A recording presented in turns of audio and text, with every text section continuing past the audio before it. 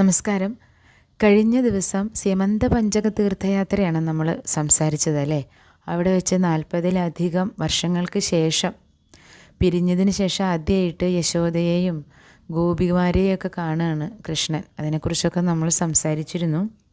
അപ്പോൾ അന്ന് സായാഹ്നത്തിൽ വസുദേവർ കൃഷ്ണനോട് പറയുകയാണ്, മോനെ, നിന്നെ കാരാഗ്രഹത്തിൽ വെച്ച് പ്രസവിച്ചപ്പോൾ ഞാനും നിൻ്റെ അമ്മയും കൂടി പല വഴിപാടുകളും നേർന്നിട്ടുണ്ട്.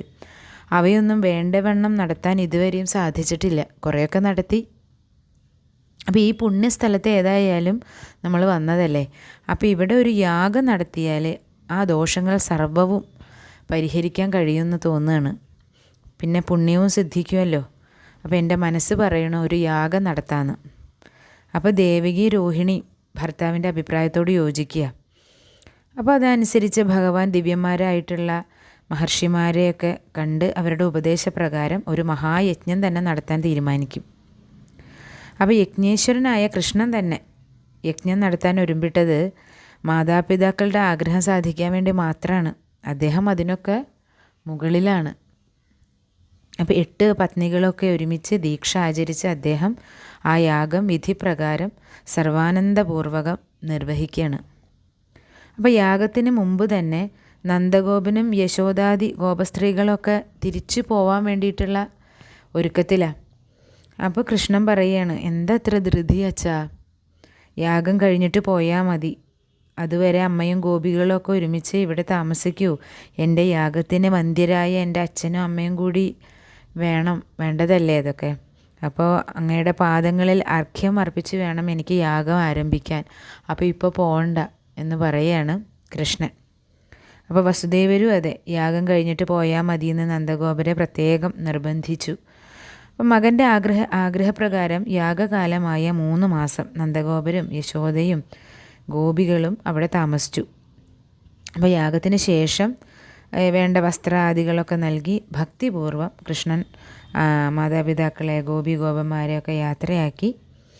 അപ്പോൾ ആ അവസരത്തിൽ നന്ദഗോപനും യശോദയും വളരെയധികം വിഷമിച്ചിട്ടാണ്. കാരണം ഇത്രയും അധികം ദിവസം അവരവിടെ നിന്നു. വീണ്ടും വിട പറയേണ്ട ഒരു മുഹൂർത്തം വന്നപ്പോൾ അവർക്കത് ഭയങ്കര വിഷമമാണ്. ആദ്യത്തെക്കാളും വിഷമമായി.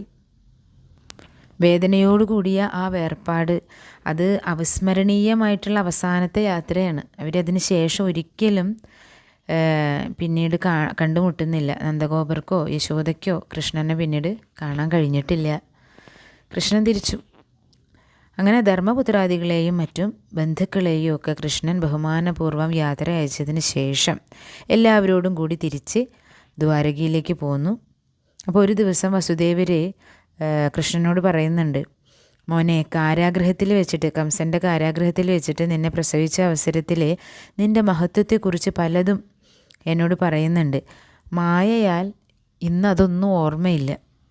ഇപ്പോൾ മഹർഷിമാർ പറയണു, എന്നെപ്പോലെ ഭാഗ്യമുള്ള ഒരു പിതാവ്, അച്ഛൻ വേറെ ഇല്ലയെന്ന്.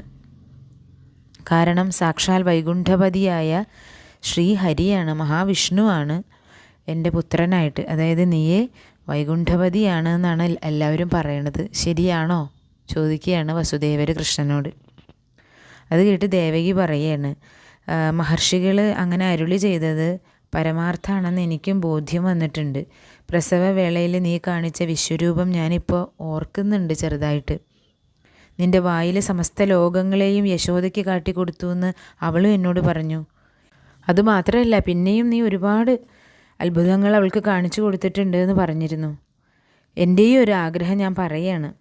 ഗുരുവരൻ്റെ മരിച്ചുപോയ മോനെ നീ ഗുരുദക്ഷിണയായിട്ട് കൊണ്ടുവന്ന് കൊടുത്തില്ലേ? അതുപോലെ എനിക്കുമുണ്ട് ഒരാഗ്രഹം പറയാൻ. നിനക്ക് മുമ്പ് ഞാൻ പ്രസവിച്ചിട്ടുള്ള നിൻ്റെ ജ്യേഷ്ഠന്മാരായിട്ടുള്ള 6 കുഞ്ഞുങ്ങളുണ്ട്. ദുഷ്ടനായ കംസൻ പാറമേലടിച്ച് കൊന്നു അവരെയൊക്കെ. ആ കുഞ്ഞുങ്ങളെ ഒന്ന് കാണാൻ എനിക്ക് വളരെ ആഗ്രഹമുണ്ട് മോനെ. അപ്പോൾ നീ എൻ്റെ ഈ ആഗ്രഹം നടത്തി തരുമോ ചോദിക്കുകയാണ് ദേവകി. അപ്പോൾ കൃഷ്ണൻ പറഞ്ഞു, അമ്മയെ സമാധാനമായിട്ടിരിക്കൂ. അമ്മയുടെ പുത്രന്മാരെ ഞാൻ കൊണ്ടുവന്ന് കാണിച്ചു തരാം. അമ്മയുടെ ആഗ്രഹം സാധിക്കാൻ കഴിവില്ലാത്ത പുത്രനല്ല.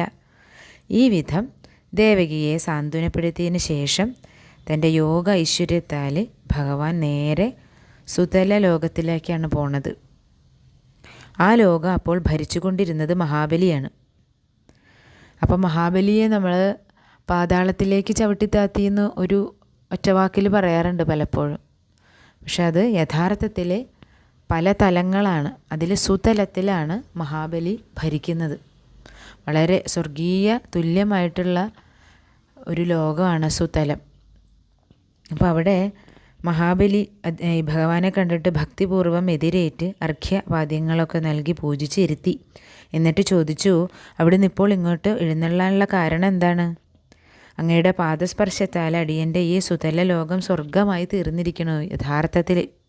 അപ്പോൾ ഭഗവാൻ പറയുക, അല്ലയോ ഭക്തോത്തമ, മന്വന്തരങ്ങൾ കഴിഞ്ഞ് ഇന്ദ്രനായി വാഴാനുള്ള അങ്ങ് വസിക്കുന്ന ഈ സ്ഥലം അധോലോകമാണെങ്കിലും പുണ്യവാനായ അങ്ങയുടെ സാന്നിധ്യത്താൽ നാഗലോകതുല്യമാണ്. നാഗം സ്വർഗം.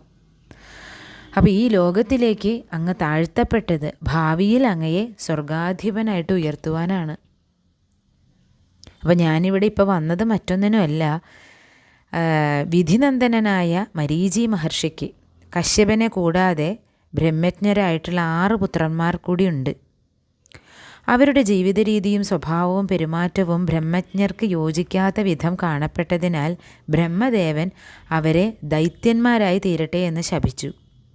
ദൈത്യന്മാർ അസുരന്മാരായിട്ട് മാറട്ടെ എന്ന് ശപിക്കുകയാണ്.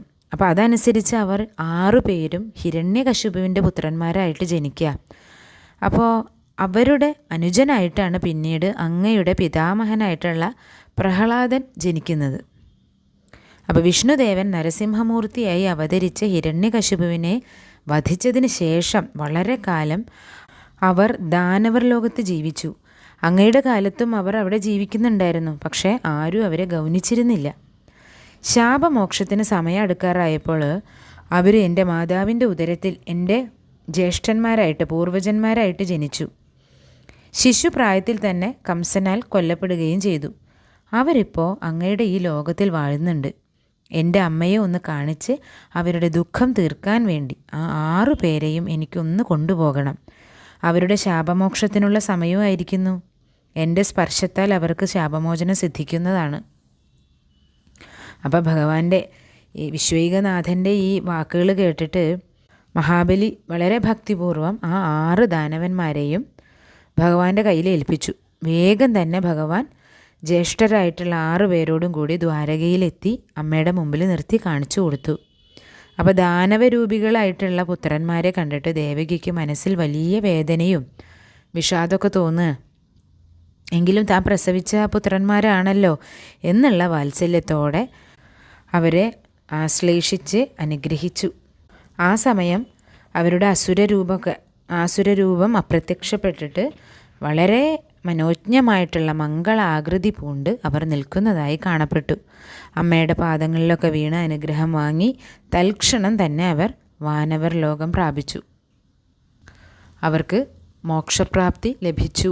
അവരുടെ ദാനവരായിട്ടുള്ള ദൈത്യന്മാരായിട്ടുള്ള ജന്മം ഭഗവാൻ അവസാനിപ്പിച്ചു കൊടുത്തു എന്നർത്ഥം. അങ്ങനെ ദേവകിയുടെ തൻ്റെ മരിച്ചു പോയിട്ടുള്ള 6 കുഞ്ഞുങ്ങളെയും കാണണമെന്നുള്ള ആഗ്രഹമാണ് അവിടെ കൃഷ്ണൻ നടത്തി കൊടുക്കുന്നത്. അപ്പോൾ എല്ലാവർക്കും ഭഗവാന്റെ അനുഗ്രഹം ഉണ്ടാവട്ടെ.